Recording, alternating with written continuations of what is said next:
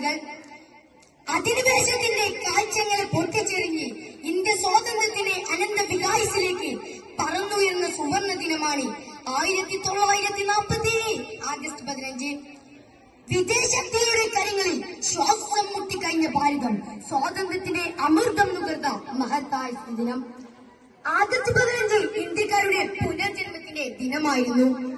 ആ പുണ്യദിനം നാം ഓർക്കുകയും ആഘോഷിക്കുകയും ചെയ്യുമ്പോൾ ഭാരതത്തോടുള്ള കൂറും സ്നേഹവും പ്രകടമാകുന്നു.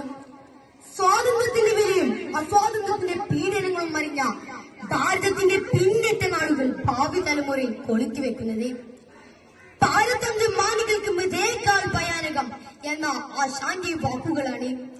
ഒരുപാട് പുണ്യാത്മാക്കളുടെ ജീവിത ത്യാഗഫലമാണ് നാം ഈ നേടിയെടുത്ത സ്വാതന്ത്ര്യം എന്നത് നാം മറക്കാതിരിക്കുക.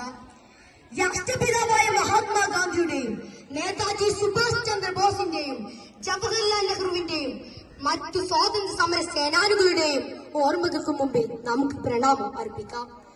1947 നിന്നും 2023 എത്തിയപ്പോഴേക്കും ഇന്ത്യ ഏറെ വളർന്നു. ശാസ്ത്ര സാങ്കേതിക വിദ്യകൾ, വിദ്യാഭ്യാസം എന്നിവയെല്ലാം ഇന്ത്യ മുന്നേറുന്നു.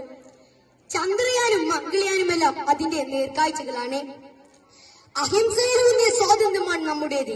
എന്നാൽ ഇന്ന് ജാതിയുടെയും മതത്തിന്റെയും രാഷ്ട്രീയത്തിന്റെയും വർഗത്തിന്റെയും വർണ്ണത്തിന്റെയും പേരിൽ മനുഷ്യർ പരസ്പരം പടവെട്ടുന്നു. ലഭിച്ച സ്വാതന്ത്ര്യത്തിന്റെ തട്ടികത്തിൽ ചൂവടൂന്ന് ഇന്ത്യ പടുത്തിയെടുത്തത് ഒരു ഏകാധിപത്യ സാമ്രാജ്യം അല്ലായിരുന്നു. അത് ജനങ്ങൾക്ക് വേണ്ടി ജനങ്ങളാൽ നയിക്കപ്പെടുന്ന ഭരണം എന്ന ജനാധിപത്യ വ്യവസ്ഥയാണ് അടിസ്ഥാനമാക്കിയത്.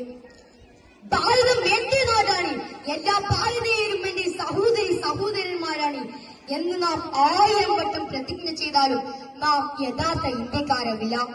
ദേശീയ ഗാനം പാടുമ്പോഴും ദേശീയ പതാക ഉയർത്തുമ്പോഴും വന്ദേ മാതരത്തിൽ മുഴുകുമ്പോഴും അത് നമ്മുടെ രാജ്യത്തിനും സമൂഹത്തിനും വേണ്ടിയുള്ള മന്ത്രധ്വനികളായി മാറണം.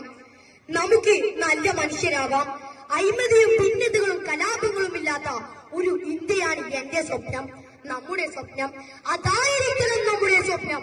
ആ സ്വപ്നം സാക്ഷാത്കരിക്കാൻ നമുക്ക് സാധിക്കട്ടെ എന്ന് ആഹ്വാനം ചെയ്തുകൊണ്ട് ഞാൻ എന്റെ വാക്കുകൾ ഉപസംഹരിക്കുന്നു.